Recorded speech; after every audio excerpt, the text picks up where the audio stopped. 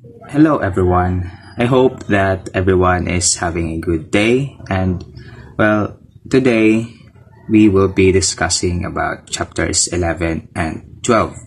We are from the group 6, and what lies ahead is the discussion of our report. So here's our objectives. First is determine the key characteristics of entrepreneurs, analyze the different factors that would affect business entrepreneurship across countries, understand the importance of strategic human resources management in international business, and distinguish the difference between entrepreneurship and intrapreneurship and their significance in driving innovation and growth in business. Hello again, my name is James Carl T. Palomar, and we will start discussing chapter 11. So chapter 11 is all about global entrepreneurship and intrapreneurship. First, I am going to discuss about entrepreneur and intrapreneurship. Now, it says here that entrepreneur is a French word that means to undertake. Now, from the word undertake, entrepreneurs are known to be willing to take on challenges ahead regarding on starting a business. Next is intrapreneurship. So it is defined as the recognition of opportunities and the use or creation of resources to implement innovative ideas for new, thoughtfully planned ventures. Now, engaging in entrepreneurship takes a lot of time, as you may calculate or plan ideas on how would your business succeed. It isn't easy because you will encounter a lot of obstacles, but that is part of being an entrepreneur. Next is the truths and myths about entrepreneurs. Now, first is the truths.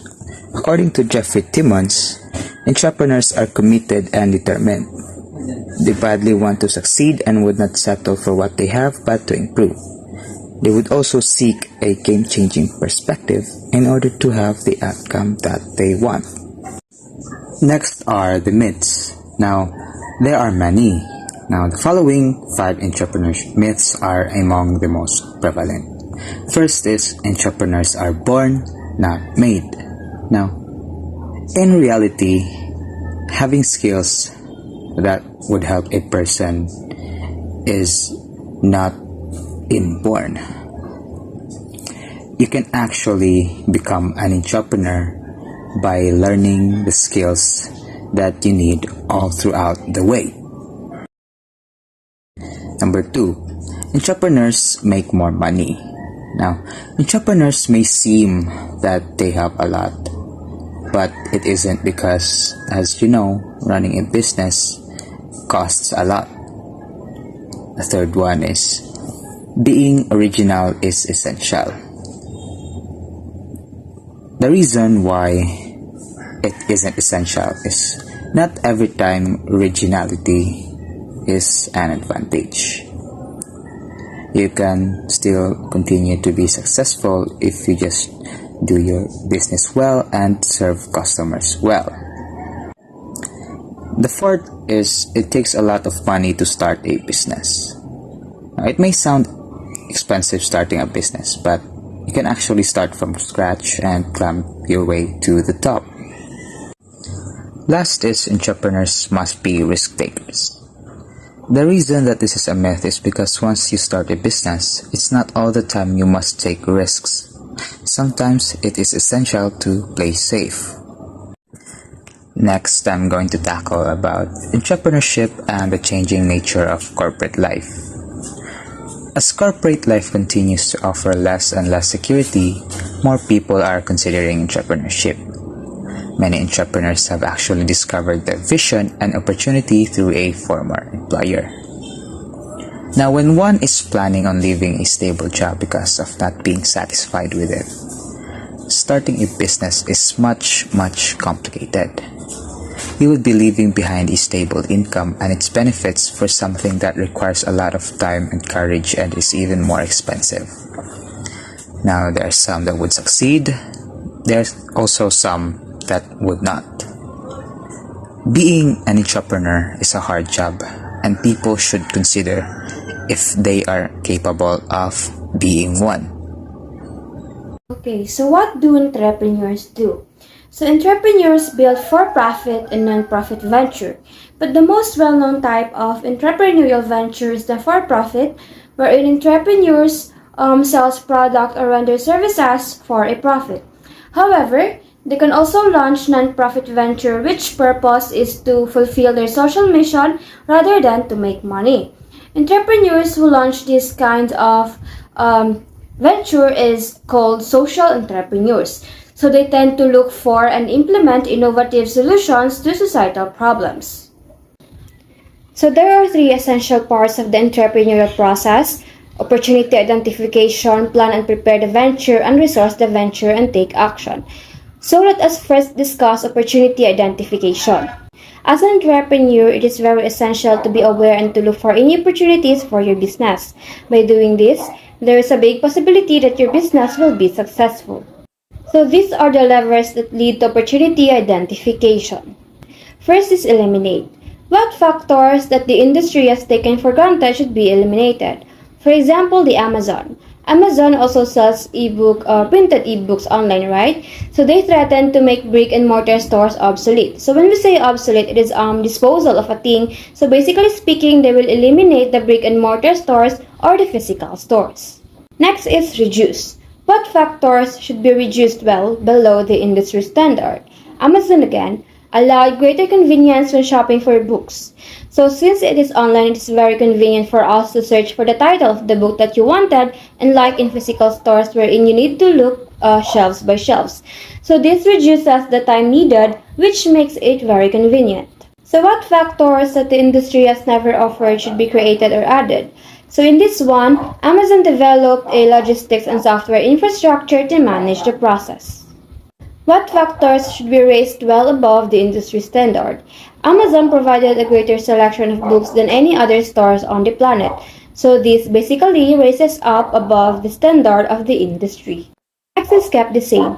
What factors from a customer's perspective need to be unchanged for a customer to adopt innovation?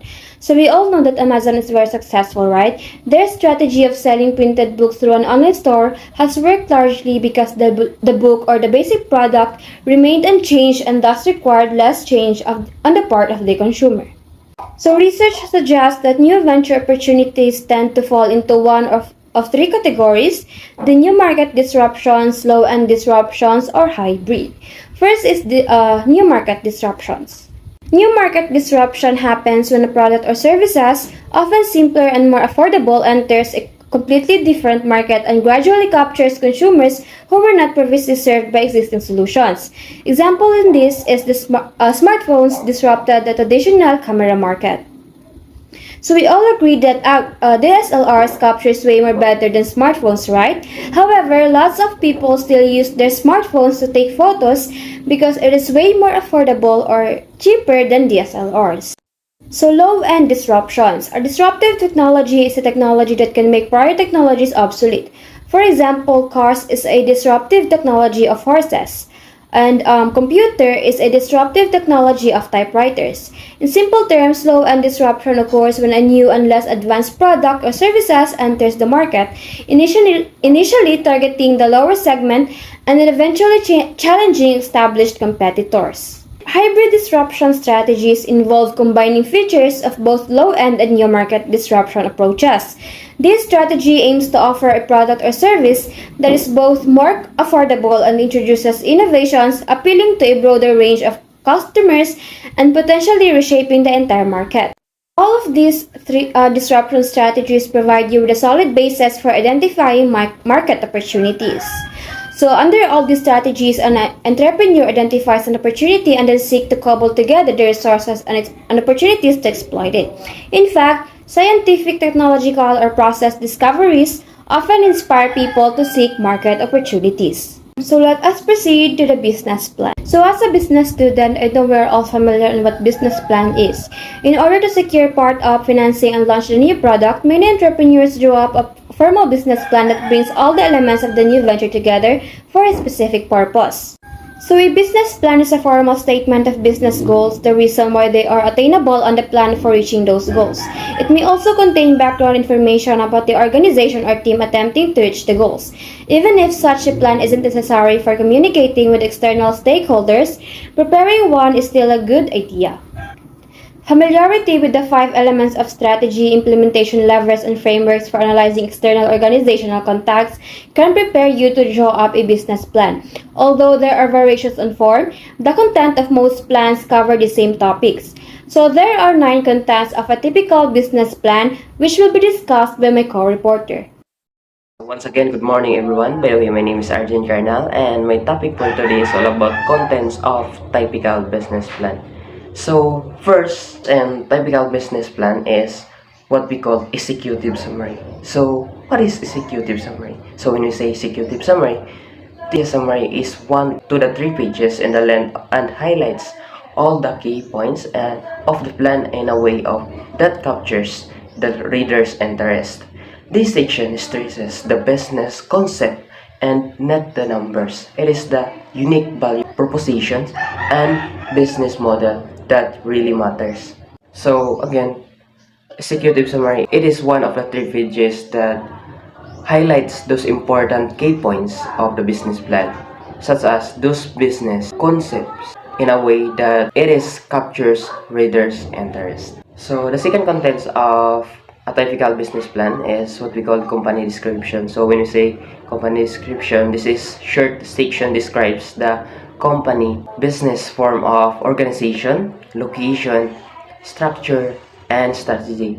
It provides a summary of the company's capabilities and its goals and plans for the next 5 years. So, company description, this is the description of the business plan that talks about the company business, the form of the organization, the location where a business built, structure as well as its strategies and making this business successful. So, this is also highlights its vision. So the third contents of a typical business plan is what we call product and services. So when you say product and services, this is overview explains what products or services the company will sell, and it also discuss why customers will want the products or services. So what problems the offerings will solve and what benefits they will deliver and how much customers are likely to pay for them. So this talks about products and services and that company could offer to people why it is beneficial, and it is discussed why a customer like that particular product or services. So the fourth contents of a typical business plan is what we call market analysis. So this section identifies the need or demand for the product, who the target customers will be, and why the customers will buy the product. The section also includes a discussion of the company's competitors or potential competitors, and why the product or services will have a competitive advantage or over similar offerings from competitors. It also addresses the barriers to entry in this market that may prevent the entry of new competitors, such as high capital cost, difficulty in reaching customers or persuading them to switch loyalties, hard to get complete skills, and so forth. So this section is identify the needs and demand for the product, and this section is talks about who will be the target customers and why customer will buy that product. It also discuss why customers needs to buy or to choose the said business over the other rivals. So next is what we call proprietary possession. So if the new venture will rely on patents or license to patents, so this section discusses how these patents contribute to the company competitive positions and assesses whether or other patent might limit the company ability to market its product. If similar product that already exists, and it discusses the alternative means by which customers are likely to meet the needs the product addresses. So when you say proprietary possession, so this section is emphasize the background, skills and talents of the management team, why that business is more advantage in compared to its rivals or competitors. So the six contents of typical business plan is what we call marketing and sales plan. So when you say marketing and sales plan, so this is part shows how the company plans to attract and maintain customers and discusses product pricing, promotion, and positioning strategy. So this part shows on how the company plans to attract numbers of customers and maintain those customers. This section also discusses about the product pricing, promotion, and positioning strategy. So next is what we call management team. So when we say management team, it is the plan also describes the members of management team, emphasizing its track record at accomplishing tasks similar to those the company will face. And investors view the management team as the most important asset that will lead to the company growth and help respond to unexpected change. So management team is one of the most important asset that will leads to the company grow, and through management team it will helps to respond unexpected change. Next is what we call operation plan. So this is the number 8 contents of typical business plan. So when we say operation plan, it is the plan describes how the business will operate on the day-to-day basis, explaining on how the key assets will be used to produce and deliver the products and services. So this section includes a description of where the company will be located and where it will do business. So operation plan is the most important since it is a plan that describes on how the business operate in everyday basis. So explaining on those key assets will be used in producing as well as delivering on its product and services. This part also talks about where the company located. So next is what we call finances. Actually, this is the last part of typical business plan. So when you say finances, this section identifies the capital that will be required to be built the business and how it will be used. And it includes the projections of revenues and expenses that show investors how they will get their money back and what return they can expect on their investment. So finances is discussed about the capital that will be required in building the business. So this includes revenues and expenses. So that's all the contents of a typical business plan. So since we are done talking about contents of a typical business plan, so now we are moved to the next, which what we call resourcing and a new venture, and with the people, money, and action people. So key people in a particular business is very important because they serve as a backbone of it, and key people are those entrepreneurs who are the one who makes plans, strategies, and etc. So that makes up the business becomes a successful venture. And these people are ensuring that those three elements of the opportunity, resources, and capabilities, and people who are and please balance in the organization or business. So team members are often selected in a reason that they are always ensuring the firm has the necessary human capital in order to achieve its goals or objectives. While ago, since I am discussing about the typical business plan, of course, we talk about money. So, money is in a business, entrepreneur consider money as one of the most important resources. Of course, money serves as the backbone for providing all financial needs of the business. Without money, entrepreneur cannot perform some of their goals or objectives. If they have money, they will be able to buy and of course provide those things needed to the resources. And yes, business makes money, and but money is also one of the foundation in making a business. Perhaps most importantly, the financial package shelter the new firm from the need to innovate in all aspects of business. So for example, in order to meet the production of the goods of the business, so entrepreneur buys machines to easily packing of the product, and to easily market it, entrepreneur also buys computers. By the use of gadgets or internet, they will be able to advertise their products in an easier way. if an instance that entrepreneur needs a larger sum of capital, so they could ask also some investors. Okay, so since we are done talking about money, so of course let's talk about action. So in every business plan, action is a must, and without action plan will not become successful. Of course, in a business, especially in a starting a new venture, there should always be applying a good strategies and plans in making an action. Of course, if an entrepreneur is doing an action with plans and good strategies, he or she will be able to fulfill their goals and his or her goals. Also, entrepreneurs should always have to be more accountable at all times. Of course, they must have to know on how they take risks by setting up good goals, actions that will be serves as a good weapon in every risk that may arise, especially in a new business. In addition, an entrepreneur should always be more responsible and consistent with all the he or she do, because in every actions there is always an outcome. Remember, in that business there is a lot of activities within and that needs to fulfill.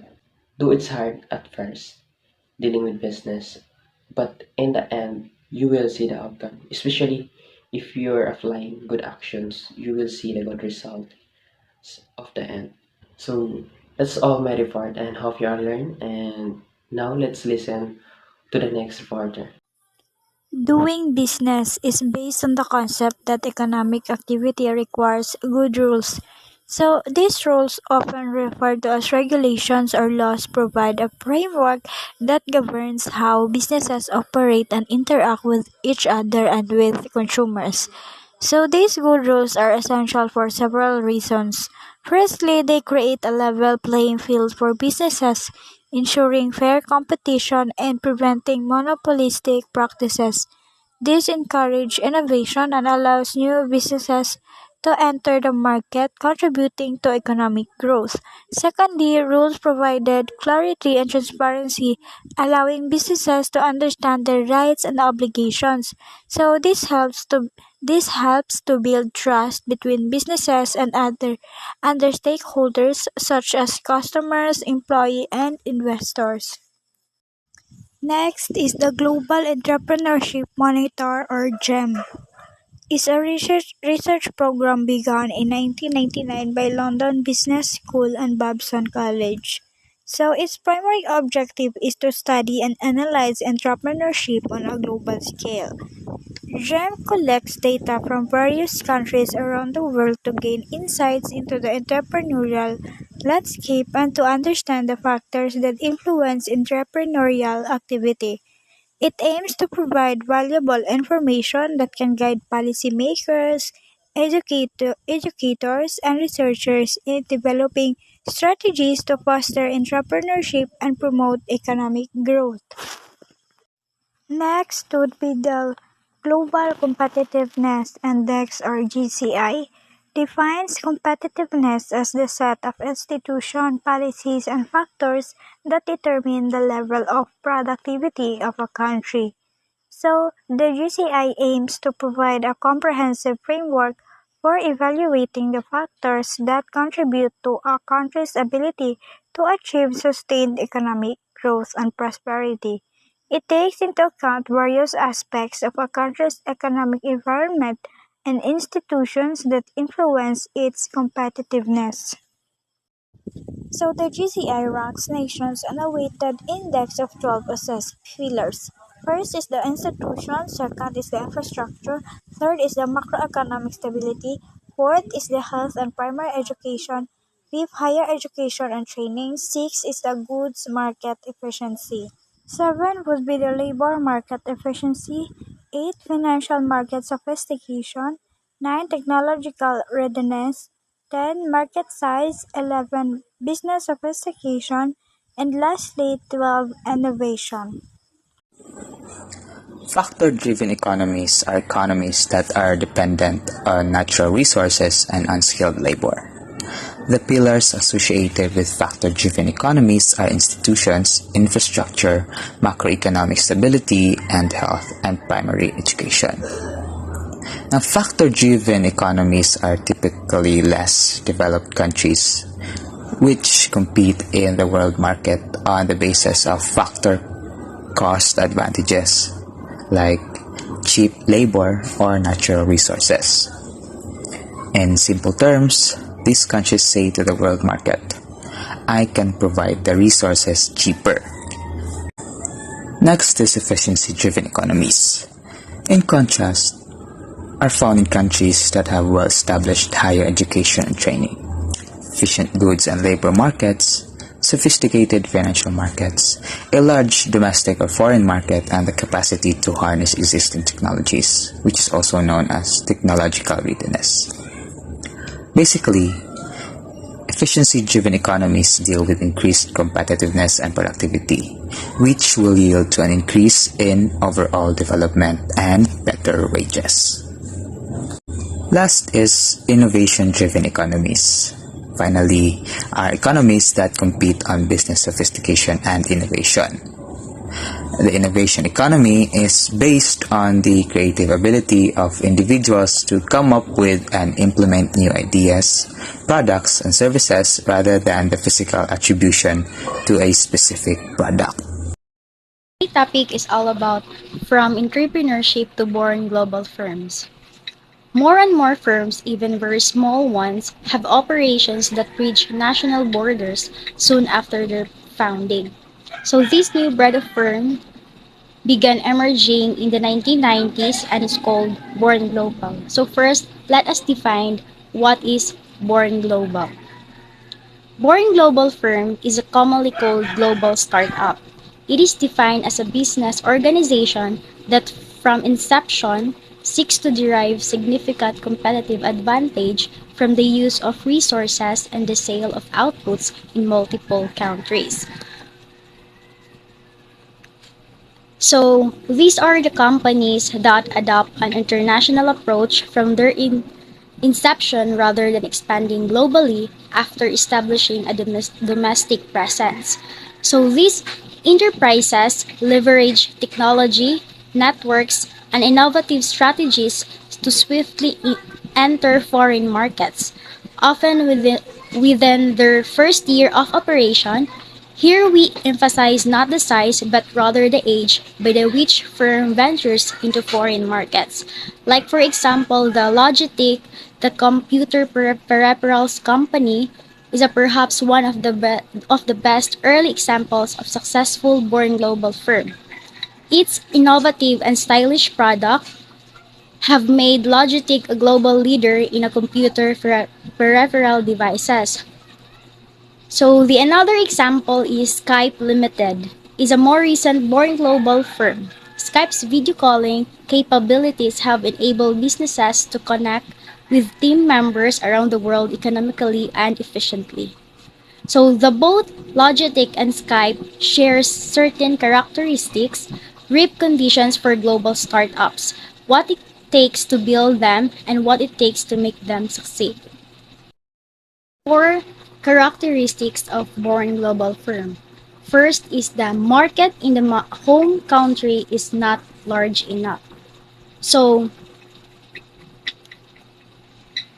there could be several reasons why the market in home country it may not be large enough. It's because of the size of population. It naturally limits the size of the market. Second is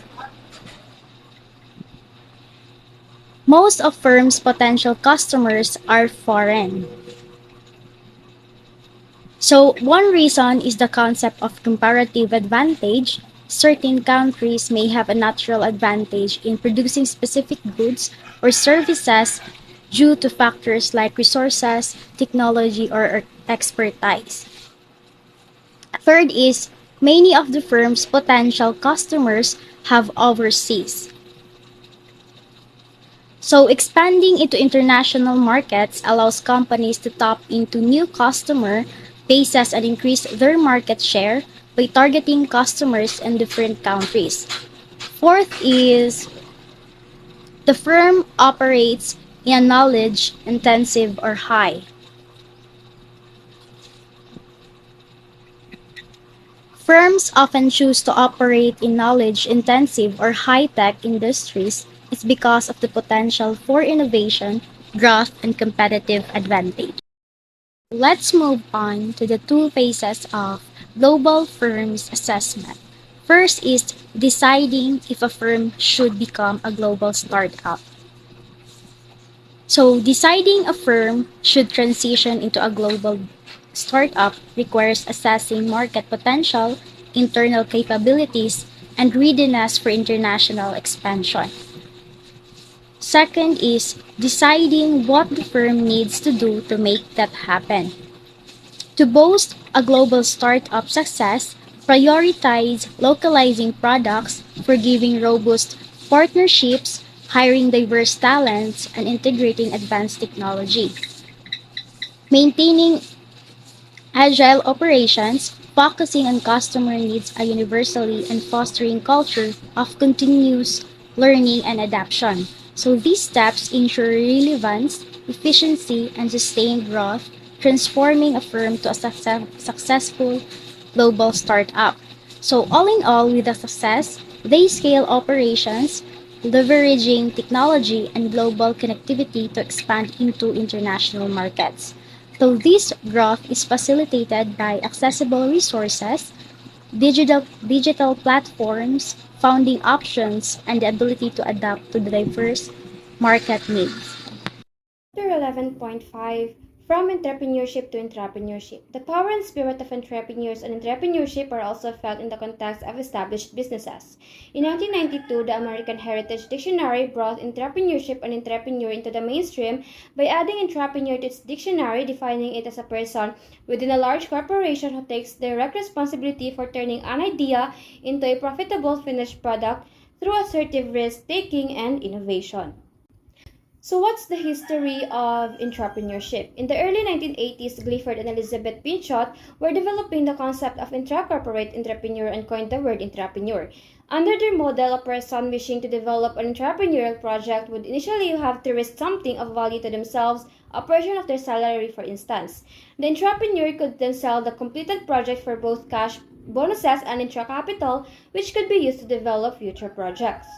On the basis of the success of some of the early trials of their methods in Sweden, the Pinchots began a school for entrepreneurs. In 1985, they published their first book, Entrepreneuring, combining the findings from their research and practical applications. So let's proceed to the difference between entrepreneurs and entrepreneurs. The primary difference between the two types of innovators is their context. The entrepreneur acts within the confines of an existing organization. Most organizations would dictate that the entrepreneur should ask for permission before attempting to create a desired future. In practice, the entrepreneur is more inclined to act first and then ask for forgiveness later, rather than ask for permission before acting. The entrepreneur challenging the status quo and fighting to change the system from within. This ordinarily creates a certain amount of organizational friction. A healthy dose of mutual respect is required in order to ensure that such friction can be positively channeled. In summary, then, an entrepreneur is someone who operates like an entrepreneur but has the backing of an organization. So Clifford Pinchot's book, Entrepreneuring, Why You Don't Have to Leave the Corporation to Become an Entrepreneur, provides 10 commandments of entrepreneurs. First is do any job needed to make your project work regardless of your job description. Second, share your credit wisely. Third, remember, it is easier to ask for forgiveness than permission. Fourth, come to work each day willing to be fired. Fifth, ask for advice before asking for resources. Sixth, follow your intuition about people. Build a team of the best. Seventh, build a quiet coalition for your idea. Early publicity triggers the corporate immune system. 8. Never bet on a race unless you are running in it. 9th, be true to your goals, but realistic about ways to achieve them. And lastly, honor your sponsors. So the next topic is the intrapreneurial organization. So what is intrapreneurial organization? So it is one that seeks to systematically promote the spirit of entrepreneurship in targeted parts of the organization. So the term entrepreneurship refers to a system that allows an employee to act like an entrepreneur with a company or other organization. So entrepreneurs are self-motivated, proactive, and action-oriented people who take initiative to pursue an innovative product or service. So the following are some methods that have been used by business to foster entrepreneurship. So first is entrepreneurial employees. So these are able to participate in the reward of what they create, such as being granted something like ownership rights in the internal enterprises they create. So second, the firm treats entrepreneurial teams so as profit center rather than a cost center. Our teams are expected to make money. Some companies give their entrepreneurial teams their own internal bank account. So third is the team members. So they can choose the projects on which the alliance they join. So fourth is employees have access to training to help to learn new skills. So, so fifth is internal enterprises. So they are recognized within the organization and have official standing. So six is the organization. So it defines and supports a system of contract agreements between internal enterprises. 7. The entrepreneurship plan. So it includes a method of settling the disputes that may arise around the internal enterprises and employees. So next is the coexistence approach. So a firm is said to develop a new business around some valuable process or technological breakout. So with coexisting approach, the new venture activities are conducted with an existing business or business unit. Typically, an executive or group of executives will champion the innovation and the process will proceed with the business concept has been tentatively validated and many of the major uncertainties resolved or reduced. So next is the structural separation approach. So the second form of organizational entrepreneurship in which the firm sets up an internal new venture division is actually a structural solution to the same problems. In many ways, this dimension acts like a venture capitalist or business incubator, working to provide expertise and resources and to impart structure and process in developing the new opportunities. So in this case, to the opportunity may revolve around the proprietary process, product, or technological breakout. This approach is designed to achieve one of two possible objectives. So, first is to create a high-growth new venture that the firm can sell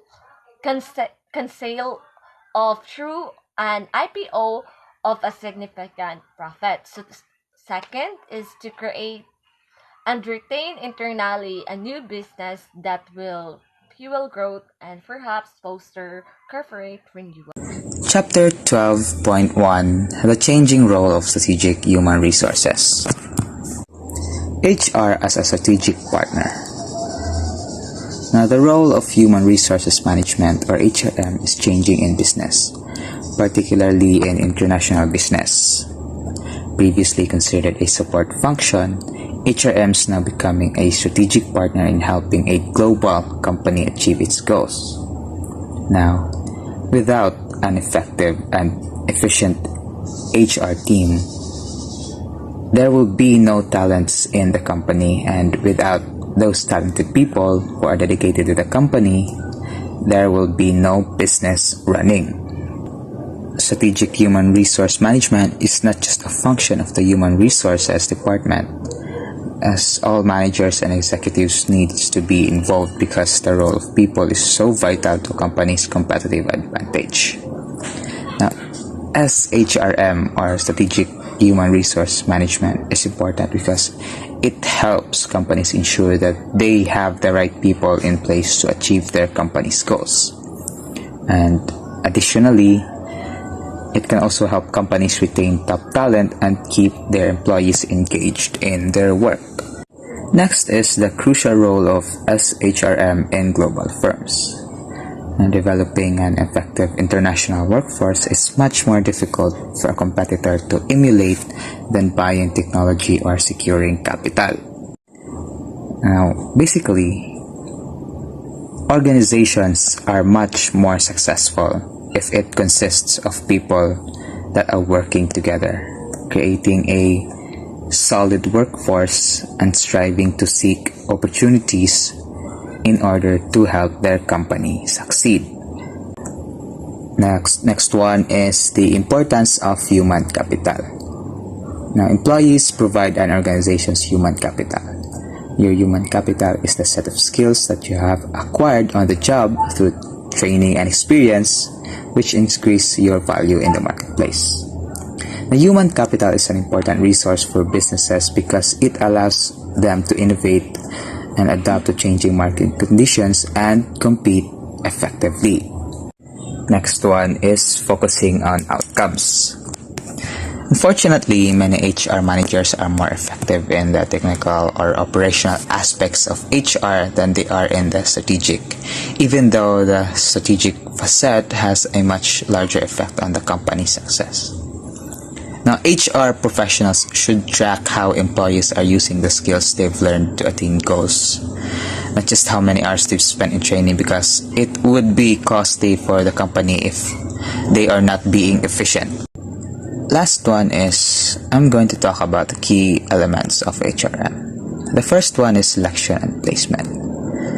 Now, when acquainting potential new hires, HR explains the needed technical competencies and behavioral competencies in order for them to know what job they are assigned to, and also having the ability to show empathy when dealing with clients.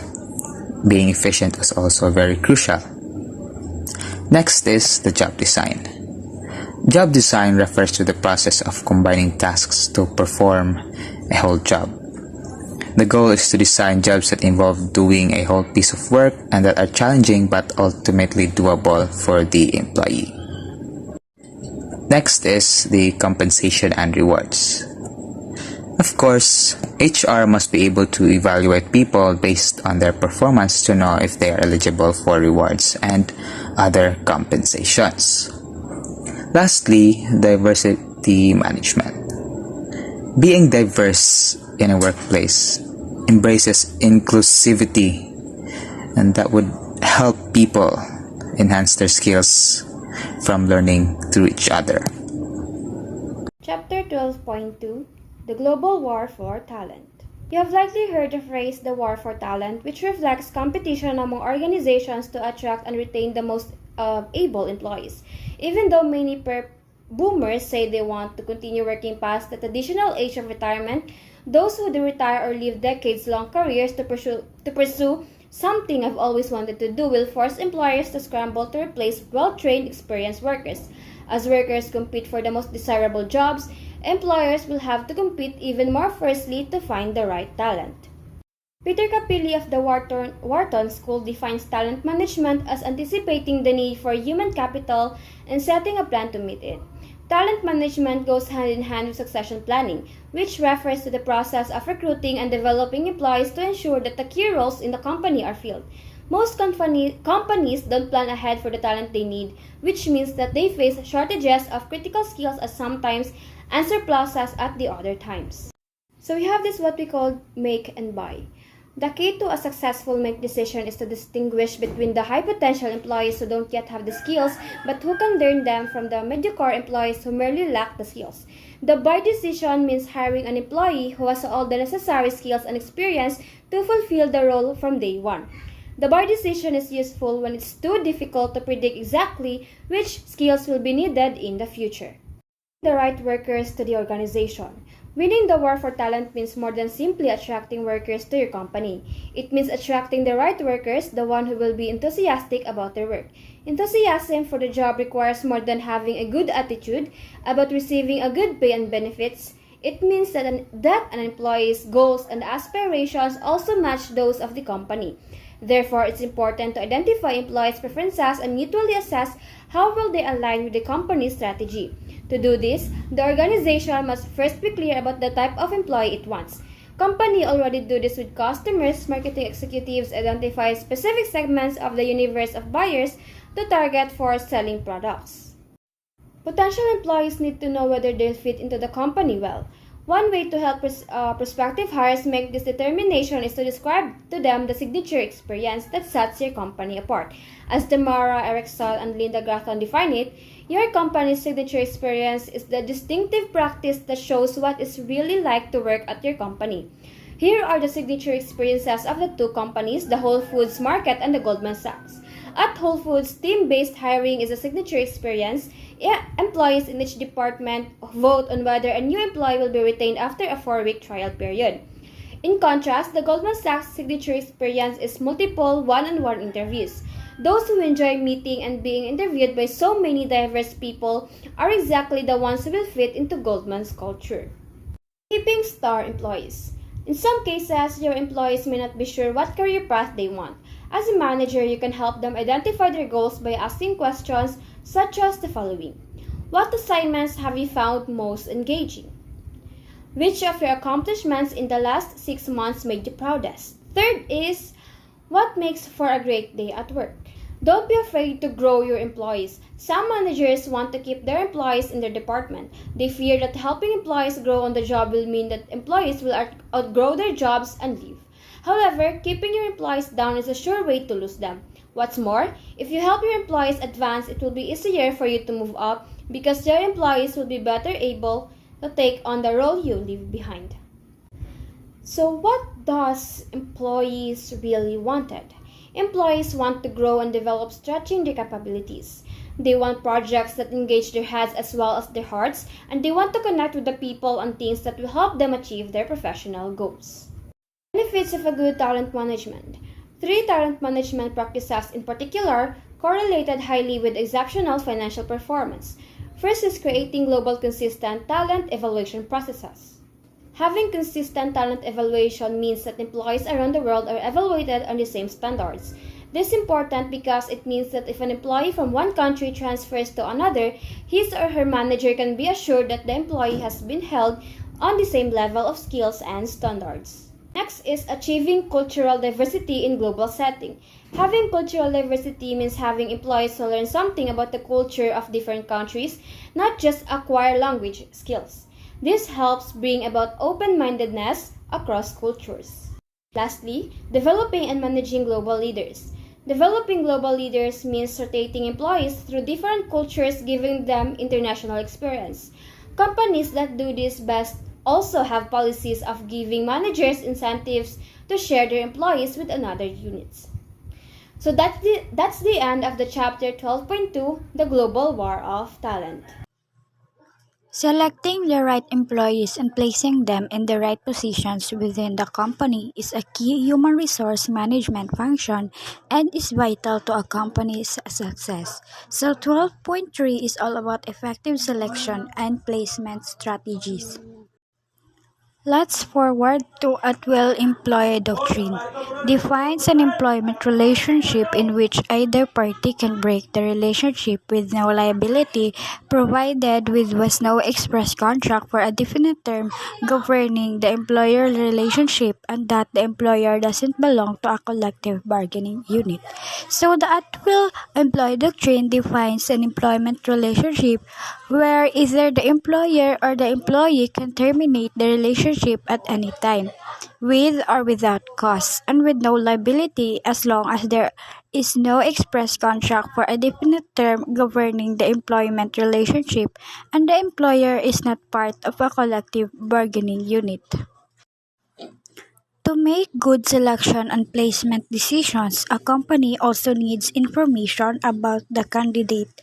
So, situational interviews. This type of interviews can focus on past experience or future situations. They are designed to assess how candidates would handle specific situations or challenges that may arise in the workplace. First is the past experience. In this type of situational interview, the interviewer presents the candidate with hypothetical scenarios or real life situations that they may have encountered in their previous work experience.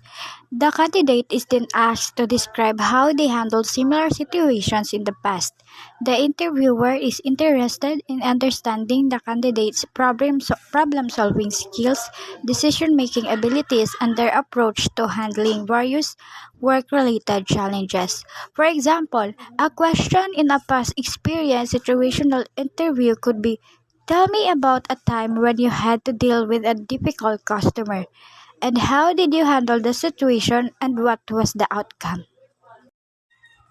Second is the future situations. In this type of situational interview, the interviewer presents the candidate with hypothetical scenarios that may encounter in the future if they were to be hired for the position. The candidate is asked to explain how they would approach and handle those situations based on their knowledge, skills, and expertise.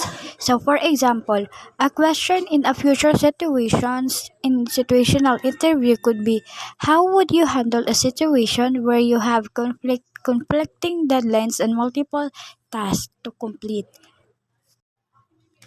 The purpose of situational interviews, whether focusing on past experience or future situation, is to assess the candidate's ability to think critically, problem solve, and make decisions in a professional setting.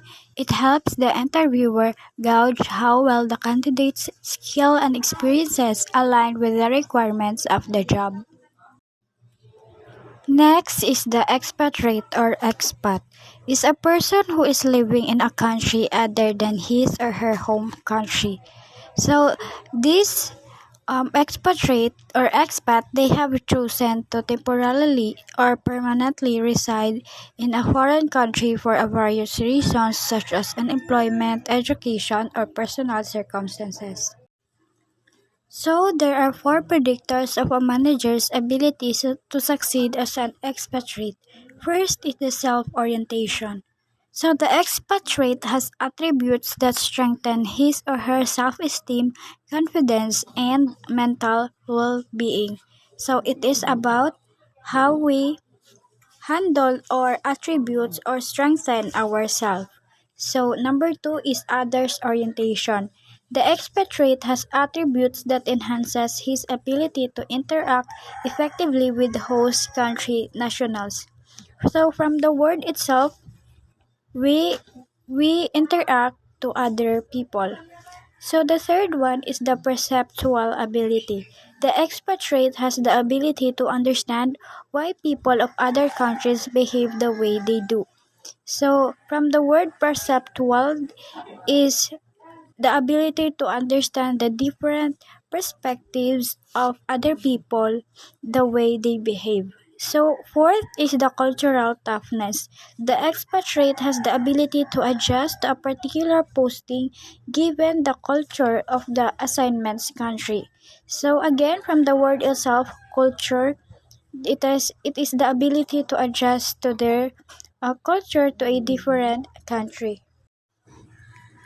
So again, 12.3 is about effective selection and placement strategies is about selecting the right employees and placing them in the right positions within the company is a key human resource management function and is vital to a company's success. Okay, so have a good everyone. So my topic for today is all about the roles of P structures and P for performance. So now first, let's talk about compensation design issues for global firms. So when we say global firms, it refers to an organization that operates in more than one country.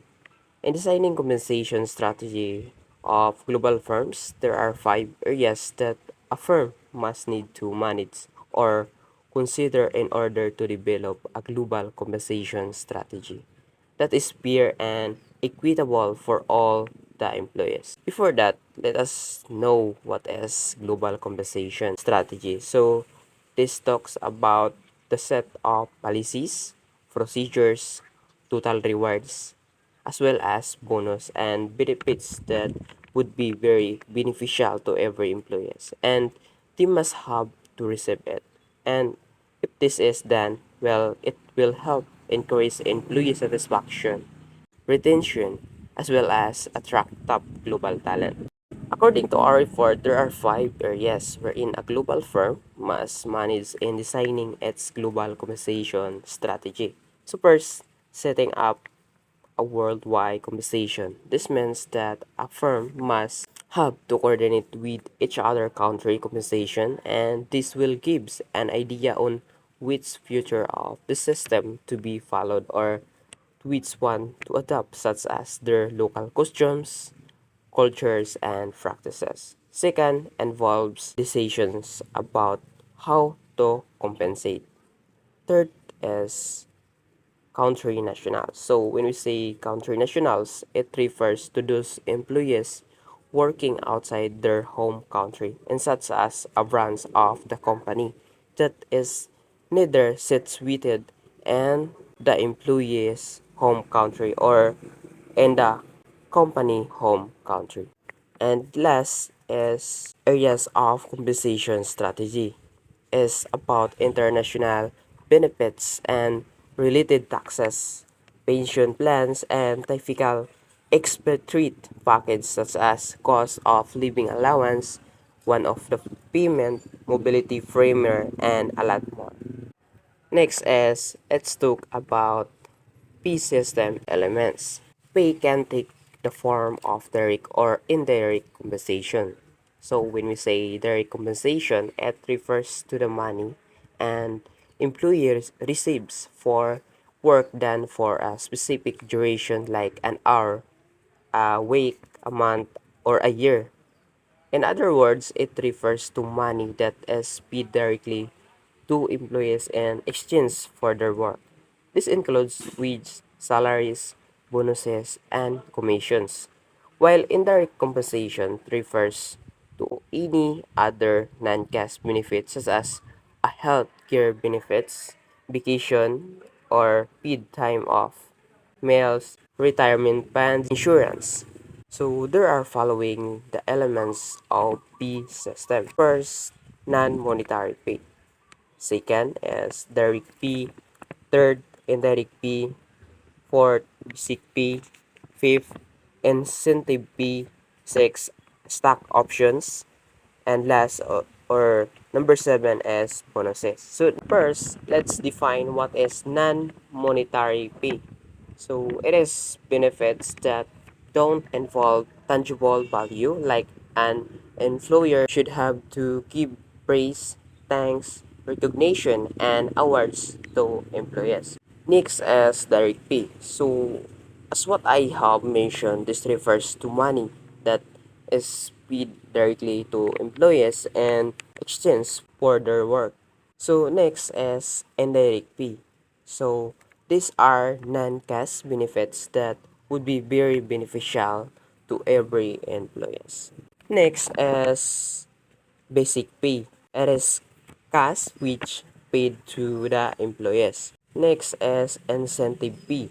So it can take the form of individual bonuses, group bonuses, or profit sharing payments. This could also help employees to become more motivated to come work.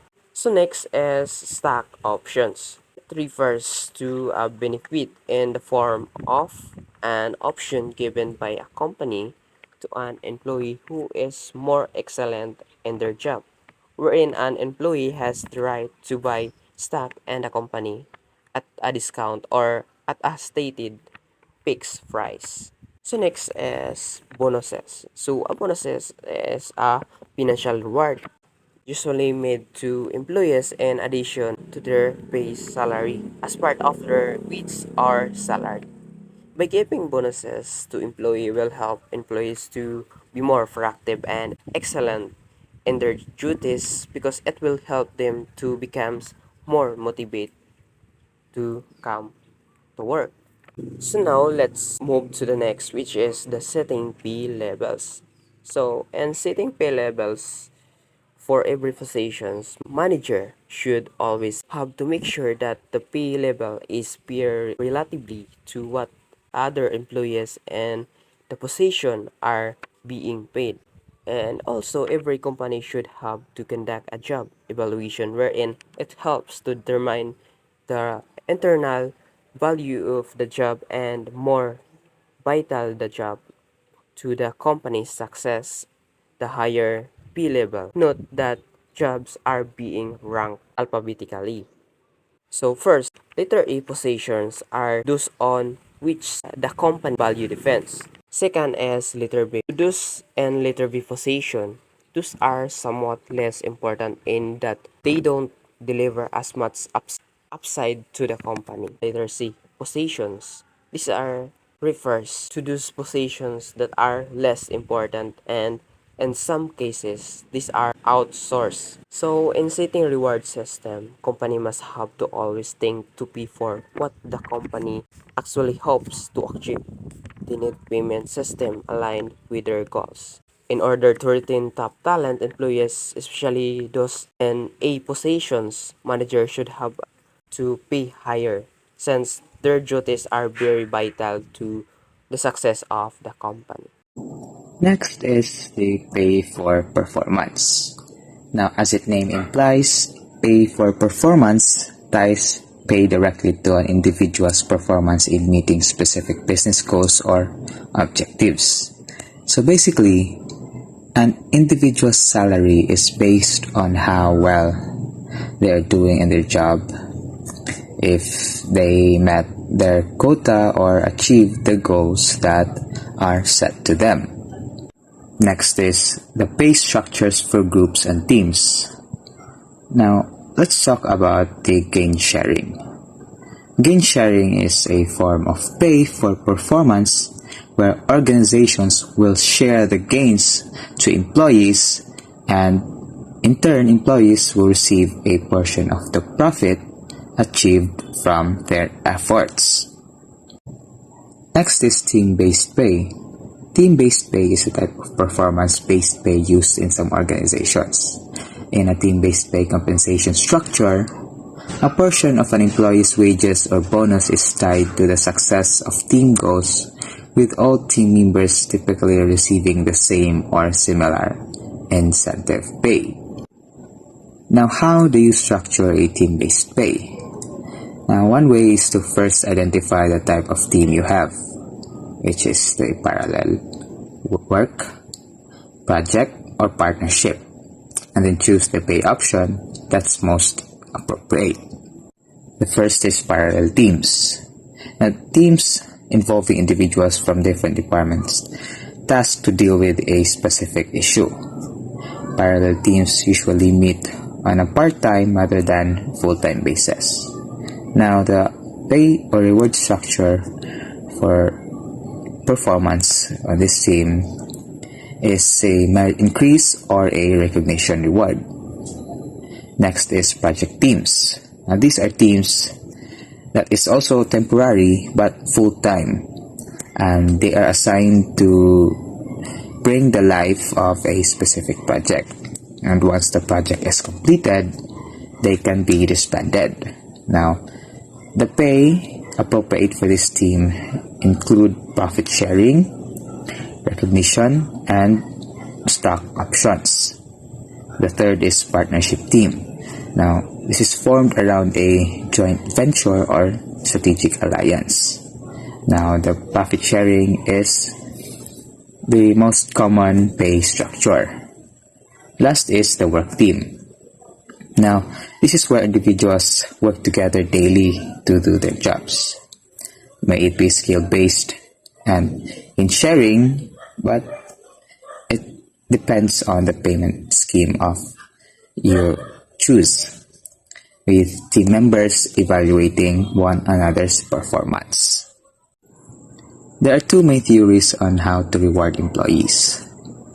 Nancy Katz characterized the theories as two opposing camps.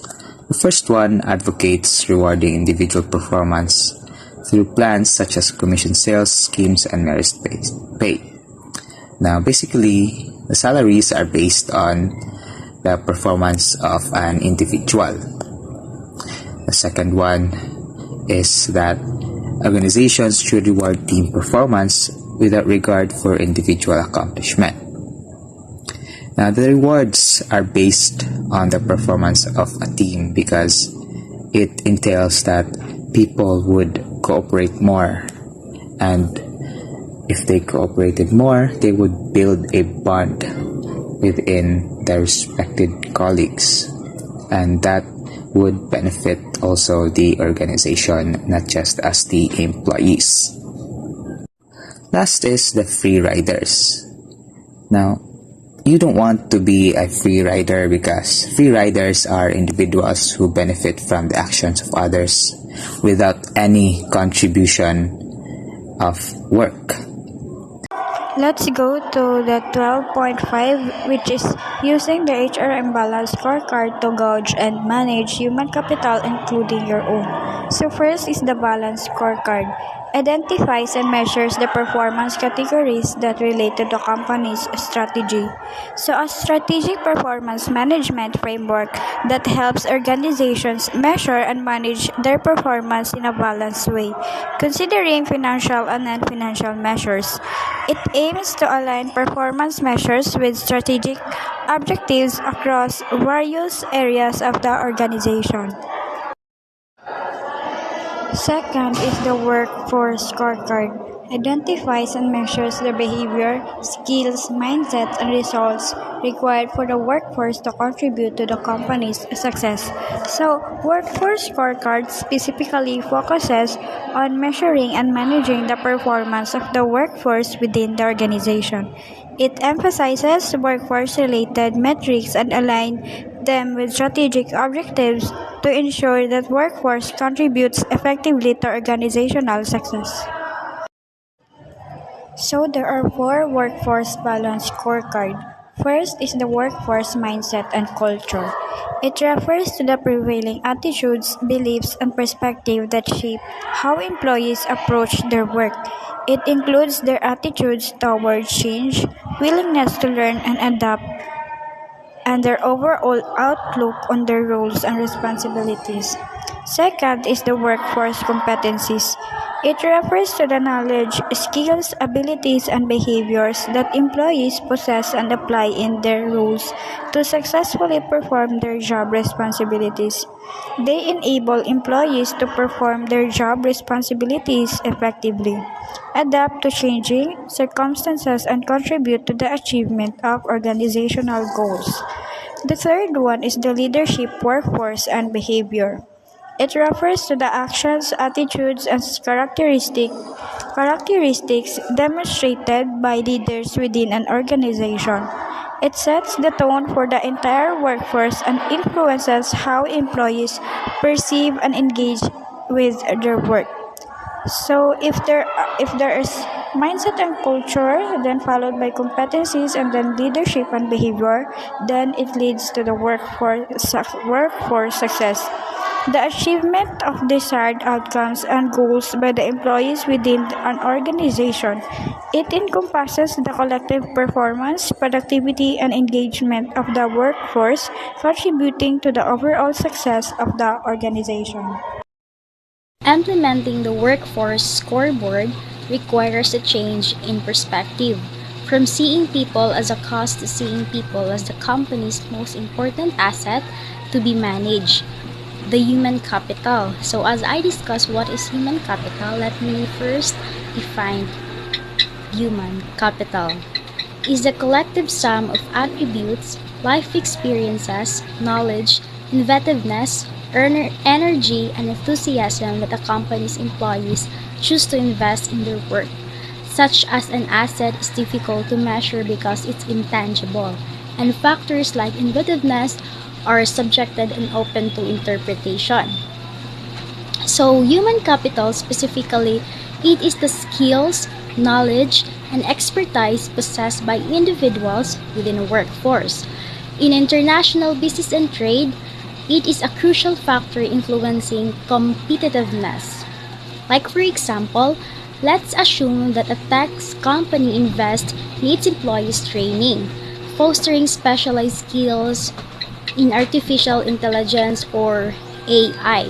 So these employees not only bring technical expertise but also innovative problem solving approaches, especially for students having a hard time in their ACADS.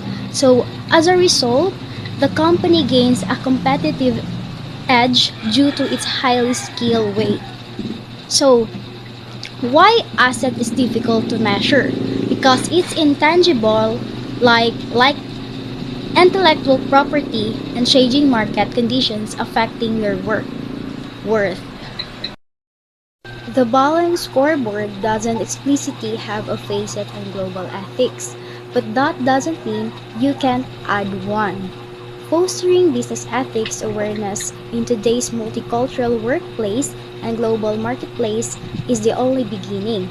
So, ethics in action are in line of human capital. So here are some initiatives that can be implemented to your corporate ethics program.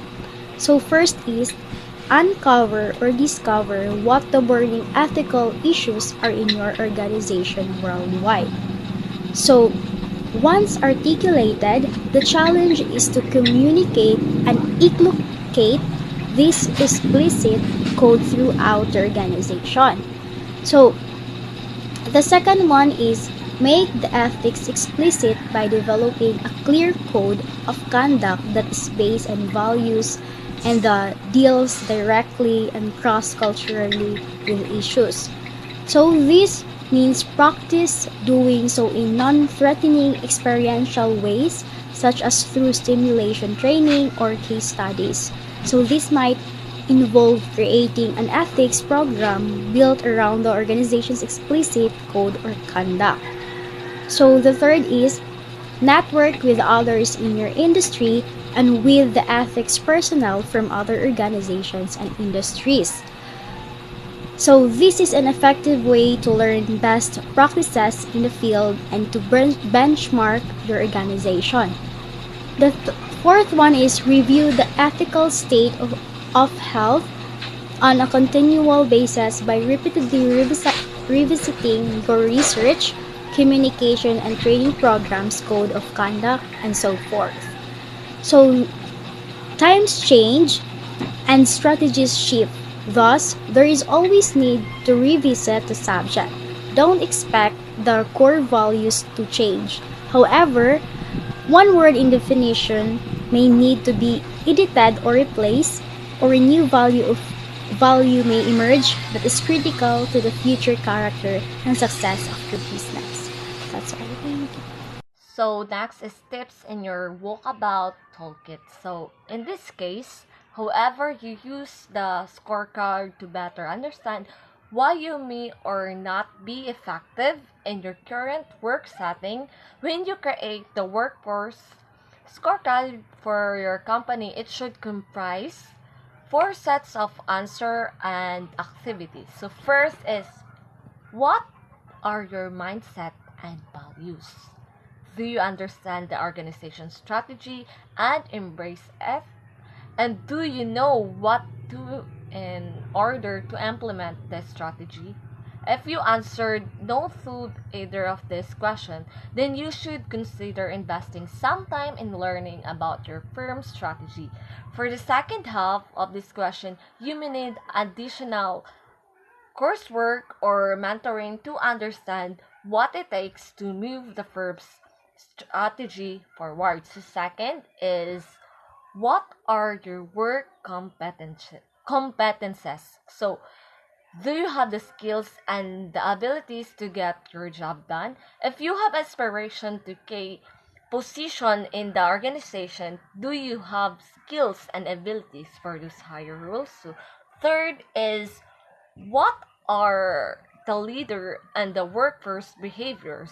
So if you are erring currently in a leadership position, do you know how consistently your leaders are behaving in regard the achievements of strategic objectives? If you are one of the leaders, are you behaving strategically? So fourth and the last, how are you contributing to the organization success? So can you tie your mindset, values, competences, and behavior to the organization performance and success? For the activity, this is an individual task. Answer the questions below. Explain the difference between entrepreneurship and entrepreneurship and their significance in driving innovation and growth in a business.